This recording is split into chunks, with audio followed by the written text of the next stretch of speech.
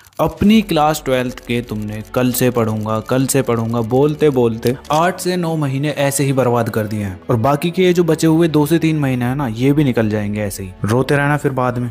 मुझे नहीं पता तुम्हारे क्लास 9th में कितने आए थे, क्लास 10th में कितने आए थे और क्लास 11th में कितने मार्क्स आए थे। मुझे बस इतना पता है तुम्हारे क्लास 12th में आज तक के सबसे ज्यादा मार्क्स आ रहे होंगे। बस तुम्हें अपने पूरे दिन को अच्छे से प्लान करना है। वो कैसे होगा? वो इस टाइम टेबल की हेल्प से होगा।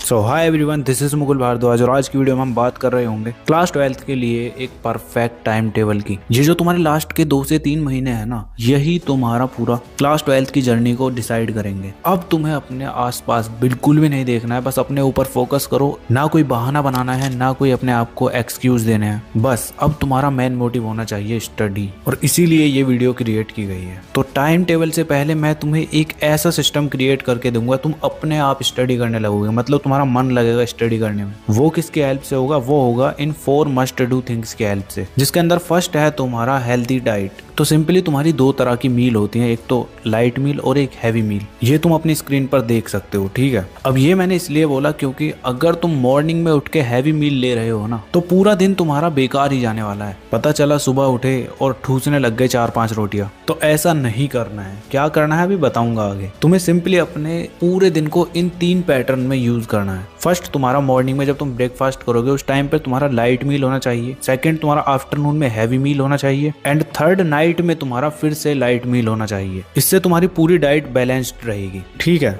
बिकॉज तुम अगर ज्यादा खाओगे तो भी तुम्हें प्रॉब्लम होगी, कम खाओगे तो भी प्रॉब्लम होगी। तो उसके लिए तुम्हें ना ज्यादा खाना है ना कम खाना है, बस सिंपली एक बैलेंस बनाए रखना है। बस तभी तुम्हारा माइंड अच्छे से वर्क करेगा। इसीलिए तुम्हारी सेकंड मस्ट डू थिंग है माइंड के लिए, जो है तुम्हारी माइंड एक्सरसाइज। तो इसके लिए तुम्हें सिंपली मेडिटेशन करना है। अब मेडिटेशन से क्या होता है? मेडिटेशन के फायदे हैं स्ट्रेस, टेंशन, ओवर थिंकिंग, बार बार चीजों को भूलना, मूड स्विंग्स होना और बर्न आउट फील करना। ये सब चीजें तुम्हारी खत्म हो रही होंगी अगर दिन में तुम मेडिटेशन करते हो तो। अब किस टाइम और कितनी देर के लिए ये करना है तुम्हें, वो मैं तुम्हें अभी आगे टाइम टेबल के अंदर बताऊंगा। तो कैसे करते हैं मेडिटेशन, आओ चलो बताता हूँ। सिंपली तुम्हें एक शांत जगह पर बैठ जाना है और फिर तुम्हें अपने माइंड में ना तो कुछ थॉट आवाने हैं और ना ही कुछ करना है। बस अपने माइंड को एकदम ब्लैंक कर दो और बस अपनी ब्रीदिंग पर फोकस करो, इन एंड आउट। साथ में तुम्हारी बॉडी में क्या क्या रिएक्शंस हो रहे हैं उन पर फोकस करो। और वो भी नहीं कर पाते ना, तो फिर एक काम करना, कोई एक वर्ड पकड़ना, उसकी चैंटिंग करते रहना। जैसे तुम ओम वर्ड बोल सकते हो, और तुम्हारी कास्ट अलग है तो तुम्हारा जो मन करे वो बोल लेना। मतलब कहने का मतलब ये है कि तुम्हें बस अपने प्रेजेंट पर फोकस करना है, अपने ऊपर थोड़ा टाइम स्पेंड करना है, ठीक है। बस यही करना है मेडिटेशन के अंदर। अब इसके बाद थर्ड मस्ट डू थिंग है तुम्हारी फॉर हेल्थ। अब इसके लिए क्या करना है? इसके लिए सिंपली तुम्हें वर्कआउट करना है दिन में 30 मिनट के लिए बस। उसमें तुम कर सकते हो running, gymming, home workout and yoga. इससे होगा क्या कि तुम्हारी बॉडी एकदम फिट रहेगी, और जैसे ही तुम्हारी बॉडी फिट है वैसे ही तुम्हारा स्टडी में अपने आप ही मन लगने लगेगा। तुम्हारी माइंड और बॉडी अच्छे से काम करने चाहिए, तभी तुम एकदम अच्छे से स्टडी करोगे। इसीलिए मेडिटेशन एंड वर्कआउट दोनों जरूरी हैं। अब इतना कर लेते हो तो उसके बाद तुम्हारी लास्ट मस्ट डू थिंग है सोशल मीडिया एडिक्शन। इसको तुम्हें ओवरकम करना है, बिकॉज ये सोशल मीडिया एप्स तुम्हारा बहुत ही ज्यादा टाइम कंज्यूम करते हैं और अब तो तुम्हारे लिए एक एक सेकंड भारी है, क्योंकि तुम्हारे पास टाइम नहीं है इतना। और सोशल मीडिया एडिक्शन के लिए मैंने ये वाली वीडियो अपलोड कर रखी है, लिंक मैं तुम्हें डिस्क्रिप्शन में दे दूंगा, इसको भी तुम जाके देख सकते हो। बाकी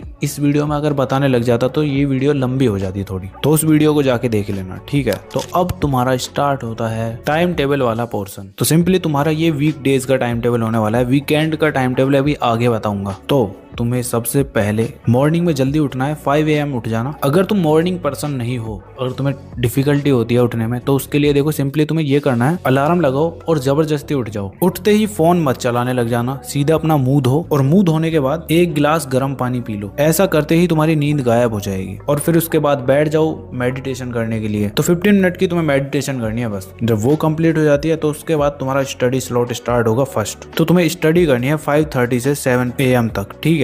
जब वो हो जाता है तो उसके बाद ब्रेकफास्ट वगैरह करा के तुम्हें अपने स्कूल के लिए रेडी होना है, और स्कूल टाइमिंग हो जाती है तुम्हारी 8 AM से 2 PM तक, बिकॉज मेजोरिटी बच्चों का यही टाइम है स्कूल का, ठीक है। इसके बाद तुम्हारा स्टार्ट होता है आफ्टरनून स्लॉट। जैसे ही तुम अपने स्कूल से आ जाते हो तो उसके बाद तुम्हें 30 मिनट का ब्रेक लेना है, और ब्रेक के अंदर तुम करोगे लंच और थोड़ा रेस्ट लोगे, ठीक है। उसके बाद फिर तुम्हारा फिर से स्टडी टाइम स्टार्ट हो जाएगा, जिसके अंदर तुम 2:30 से 4 PM तक स्टडी कर रहे होगे, ठीक है। कोई भी सब्जेक्ट तुम इसके अंदर पढ़ सकते हो, लेकिन अगर तुम्हें नहीं समझ आ रहा है तो मैं अभी आगे बताऊंगा कौन सा सब्जेक्ट इस टाइम पर तुम पढ़ोगे। ठीक है, इसके बाद तुम्हारा ट्यूशन का टाइम स्टार्ट हो जाता है, जो कि तुम्हारा होगा 4 PM से 7 PM तक। ट्यूशन हो या ऑनलाइन क्लास हो, जो भी हो, इस टाइम पीरियड में तुम उसको कंप्लीट कर रहे होगे। ये हो जाता है तो तुम्हारा उसके बाद स्टार्ट होता है नाइट स्लॉट। तो नाइट स्लॉट में तुम फर्स्ट 30 मिनट के अंदर मतलब 7:30 तक तुम डिनर कर लोगे घर आके, और फिर उसके बाद तुम फिर से स्टडी करने के लिए बैठ जाओगे 7:30 से 9 PM तक। इसके अंदर तुम्हें कौन सा सब्जेक्ट पढ़ना है वो भी अभी तुम्हें आगे बताऊंगा। जब ये कंप्लीट हो जाता है तुम्हारा, तो उसके बाद तुम 15 मिनट का ब्रेक लोगे, और फिर उसके बाद तुम्हारा होने वाला है एक और स्टडी स्लॉट जो कि 30 मिनट का होगा बस। एंड जब वो हो जाता है तो उसके बाद फिर अगले 15 मिनट के अंदर तुम सो जाओगे। 10 PM तक तुम्हें सो जाना है। इससे तुम्हारी प्रॉपर 7 आवर्स की स्लीप कंप्लीट होगी। अब यहाँ तक तुम्हें पता चल चुका है कि क्या क्या तुम्हें टाइम टेबल के अंदर करना है। अब तुम्हें यही नहीं पता चल रहा है कि कौन सा सब्जेक्ट किस टाइम पर पढ़ना है, तो वो बताता हूँ चलो। और अगर तुम अपने हिसाब से अरेंज कर सकते हो तो इस पार्ट को स्किप कर सकते हो, क्यों ही टाइम वेस्ट करना। और मेरे तरीके से जानना चाहते हो तो फिर देखो। तो मॉर्निंग में तुम्हें ऐसा सब्जेक्ट पढ़ना है जो थ्योरी वाला हो। तो जो भी तुम्हारे पास स्ट्रीम है, जैसे तुम्हारे पास साइंस है तो तुम केमिस्ट्री पढ़ सकते हो, कॉमर्स है तो तुम बिजनेस स्टडीज पढ़ सकते हो, और आर्ट्स है तो तुम हिस्ट्री पढ़ सकते हो। या फिर तुम ऐसा भी कर सकते हो, जो सब्जेक्ट तुम्हें टफ लगता है उसको भी तुम इस टाइम पीरियड में पढ़ सकते हो। ठीक, उसके बाद तुम्हारा जो आफ्टरनून वाला स्लॉट है, उसके अंदर तुम्हें ऐसा सब्जेक्ट पढ़ना है जो तुम्हारा न्यूमेरिकल बेस्ड हो, क्योंकि आफ्टरनून में ज्यादातर बच्चों को नींद आने लगती है। तो नींद को अगर भगाना है तो तुम्हारा कॉपी पर पेन चलते रहना चाहिए। तो ऐसे सब्जेक्ट कौन से हो सकते हैं? अगर तुम्हारे पास साइंस स्ट्रीम है तो तुम फिजिक्स या मैथ्स में से एक सब्जेक्ट पढ़ सकते हो। बायो वाले हो तो फिजिक्स पढ़ सकते हो, मैथ्स वाले मैथ्स पढ़ सकते हो। ऐसे ही तुम्हारे पास कॉमर्स है तो कॉमर्स वाले